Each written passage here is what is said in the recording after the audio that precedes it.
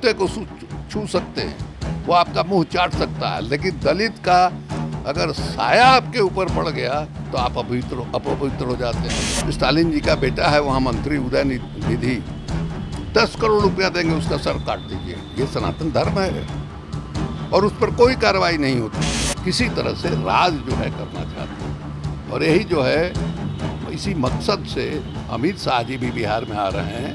बिहार की जो धरती है और बिहार में जो 3 खेमा है उसमें से 2 खेमा स्पष्ट है कि एक साथ रहता है तो आप उसका कुछ नहीं बिगाड़ दे पाते हैं। अमित शाह जी आवे, नरेंद्र मोदी जी आवे या और कोई जी आवे, बिहार में कोई फर्क पड़ने वाला नहीं। नमस्कार, मेरा नाम आलोक है। आप लाइव स्ट्रीम देख रहे हैं। लोकसभा चुनाव की तैयारियों में अब तमाम जितनी राजनीतिक दलें हैं वे जुट चुकी हैं, चाहे वो एनडीए अलायंस हो या फिर गैर भाजपाई दलों का समूह इंडिया।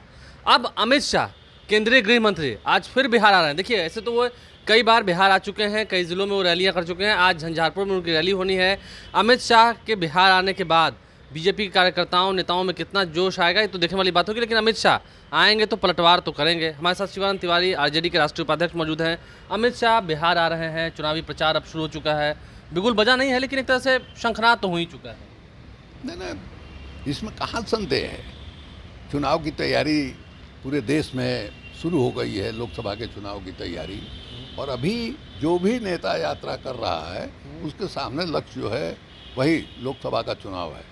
तो इसलिए अमित शाह जी का आना जो है कोई बहुत ये नहीं है, लेकिन सवाल ये उठता है कि आने का प्रभाव क्या पड़ेगा देश की जो मौजूदा स्थिति है उसको देखते हुए, क्योंकि ये मैंने तीसरे टर्म के लिए नरेंद्र मोदी जी चुनाव लड़ने वाले हैं। 10 साल मैंने हो गया उनका लगभग उनकी सरकार को बने हुए, प्रधानमंत्री बने हुए। उन्होंने जो वादा किया था 2014 में, चाहे वो रोजगार का सवाल हो, चाहे किसानों के मैंने मुनाफे का सवाल हो, लोग देखेंगे ना भाई उसको कितना आपने हासिल किया। तो देखा जाए तो उस मामले में शून्य है, बल्कि ये कहा जाए कि इनके राज्य में अमीरों की अमीरी जो है बढ़ी है। ऐसी ऐसी शादियाँ हो रही हैं जिसमें करोड़ों करोड़ रुपए खर्च हो रहे हैं। तो आखिर लोग जो है कितना, मतलब इनके भाषण से तो पेट भरने वाला नहीं है, और धर्म के नाम पर जो एक माने वातावरण बनाने की कोशिश हो रही है, सनातन सनातन ये सब हल्ला हो रहा है, उसके पीछे भी यही कारण है। और इन लोगों के पास इसके अलावा कोई दूसरा विषय है ही नहीं। आपके भी स्वर ऐसे दिख रहे हैं, ऐसा लगता है कि सनातन धर्म के विरोधी आप भी हैं, क्योंकि आपकी पार्टी के शिक्षा मंत्री तो क्या क्या बोल रहे हैं आप सुन ही रहे हैं। देखे ना, देख रहे हैं, वो तो उनके उसके बारे में टोका है, तेजस्वी ने भी टोका है, पार्टी की ओर से प्रवक्ता जो है उन्होंने भी उनको नसीहत दी है, और ये सही बात है। मान लीजिए जो कह रहे हैं कि तुलसीदास का रामचरितमानस में है इस तरह का वर्णन, तो हमने कहा था कि भाई ये निर्भर करता है। लोहिया ने कहा है, जो राम के नाम पर मेला लगाया करते थे, उन्होंने कहा कि इसमें हीरा मोती भी है, कूड़ा कचरा भी है। आपको तय करना है कि आप कूड़ा कचरा उससे हासिल कीजिएगा कि हीरा मोती हासिल कीजिएगा। तो अभी जो प्राथमिकता है वो प्राथमिकता क्या है? मतलब आप कह रहे हैं कि उसमें दोनों चीज़ छुपा हुआ है, हीरा मोती भी है, कूड़ा कचरा भी है। हाँ, दोनों चीज़ है। तो आप, उन्होंने कहा कि हीरा मोती जो है खाने के चक्कर में कूड़ा कचरा मत खा लीजिए, या कूड़ा कचरा बहारने के चक्कर में हीरा मोती मत बहार दीजिए। तो बहुत ही एक संजीदा वाली बात जो है उन्होंने कही। अब जो है आपके सामने प्राथमिकता क्या है?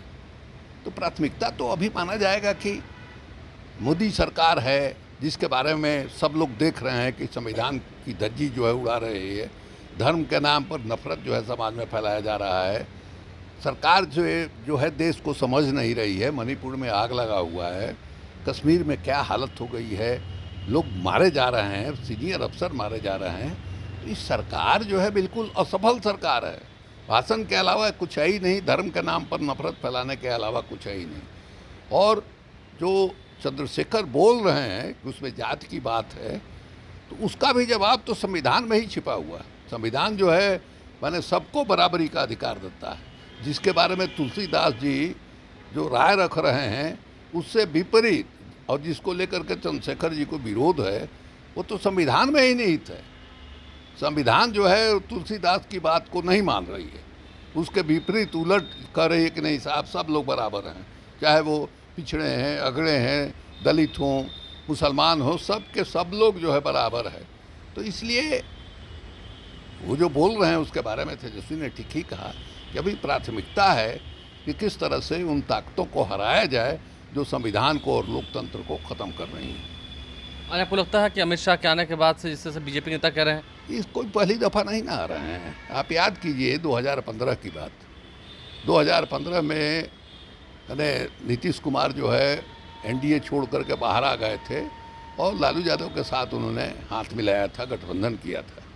गांधी मैदान में सभा हुई थी, वहीं से उस चुनावी अभियान की शुरुआत हुई थी।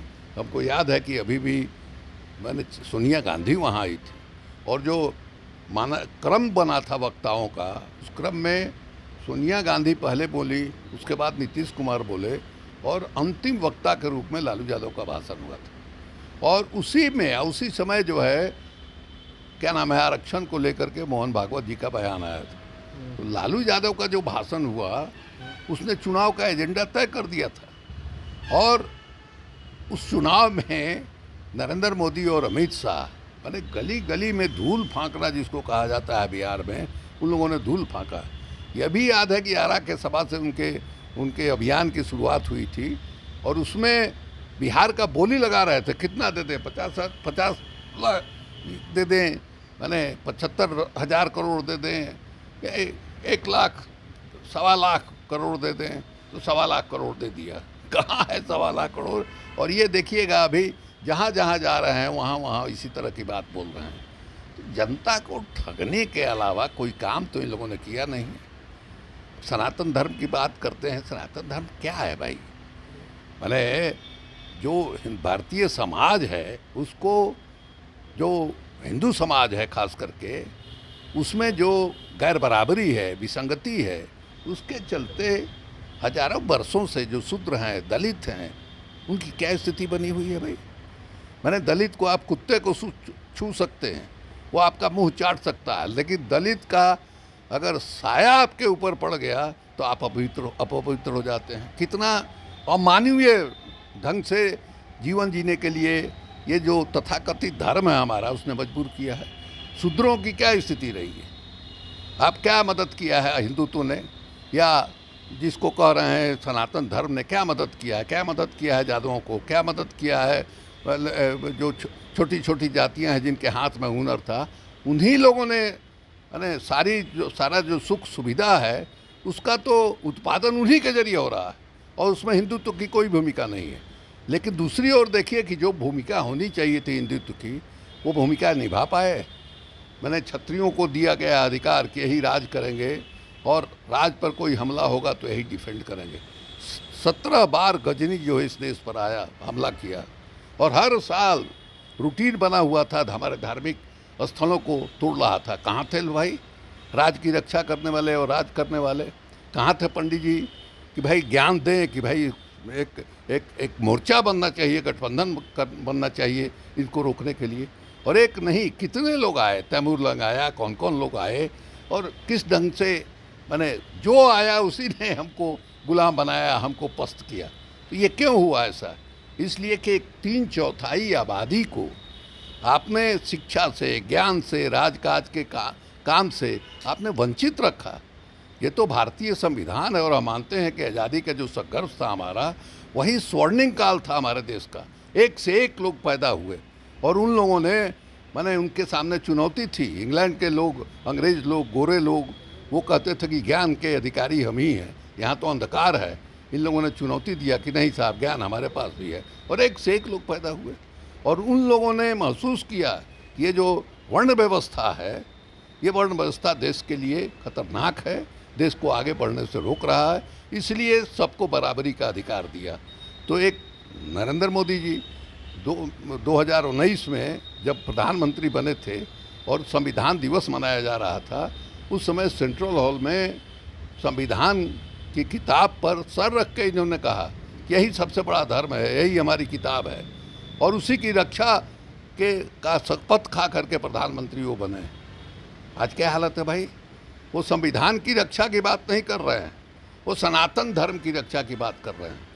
भाई आप प्रधानमंत्री बने हुए हैं, आप संविधान का शपथ लेकर के बने हुए हैं और संविधान को इस देश में लागू करने की बात कर रहे हैं, और आप जो है सनातन धर्म की बात कर रहे हैं। एक साधु का आया, वो जो स्टालिन जी का बेटा है वहाँ मंत्री उदय निधि, 10 करोड़ रुपया देंगे उसका सर काट दीजिए। ये सनातन धर्म है और उस पर कोई कार्रवाई नहीं होती है। प्रतीकात्मक रूप से दयानिधि के पोस्टर को तलवार से काट रहा है, दिखा रहा है कि हम उसका गर्दन काट रहे हैं। आपने कोई कार्रवाई किया? हरिद्वार में जो है धर्म सम्मेलन हुआ, एक से एक गरुआ वस्त्रधारी लोग निकले। उन लोगों ने कहा एक सप्ताह विशेष को कि साहब इनका अरे जनसंहार होना चाहिए। लोग जो है अब हथियार खरीदें, मोबाइल फ़ोन नहीं खरीदें, हथियार खरीदें। कोई कार्रवाई हुई? आपने एक शब्द भी बोला इस धारा के खिलाफ? तो ये लोग जो है देश को के अंदर नफरत फैला करके, घृणा फैला करके किसी तरह से राज जो है करना चाहते हैं। और यही जो है इसी मकसद से अमित शाह जी भी बिहार में आ रहे हैं। लेकिन हमको ऐसा लगता है बिहार की जो धरती है और बिहार में जो 3 खेमा है उसमें से 2 खेमा स्पष्ट है कि एक साथ रहता है, तो आप उसका कुछ नहीं बिगाड़ पाते हैं। 2015 में भी हम लोगों ने देखा है, या ऐसे भी जो साधारण गणित है उसके हिसाब से भी ये बात समझ में आती है। इसलिए अमित शाह जी आवें, नरेंद्र मोदी जी आवें या और कोई जी आवें, बिहार में कोई फर्क पड़ने वाला नहीं है। देखिए, बिहार में दाल गलने वाली नहीं है। 3 खेमों में से 2 खेमे, लालू यादव, नीतीश कुमार जब एक तरफ है तो बिहार की जनता स्पष्ट बहुमत अपना उनके साथ ही देती रही है। शिवानंद तिवारी उम्मीद जीता है कि आगे भी देगी, और जो उन्माद फैलाने आ रहे हैं बीजेपी के नेता, उससे कोई फर्क भी नहीं पड़ने वाला है बिहार की धरती पर। हमारे चैनल को सब्सक्राइब कर लें, साथ साथ फेसबुक पेज भी लाइक करें। धन्यवाद।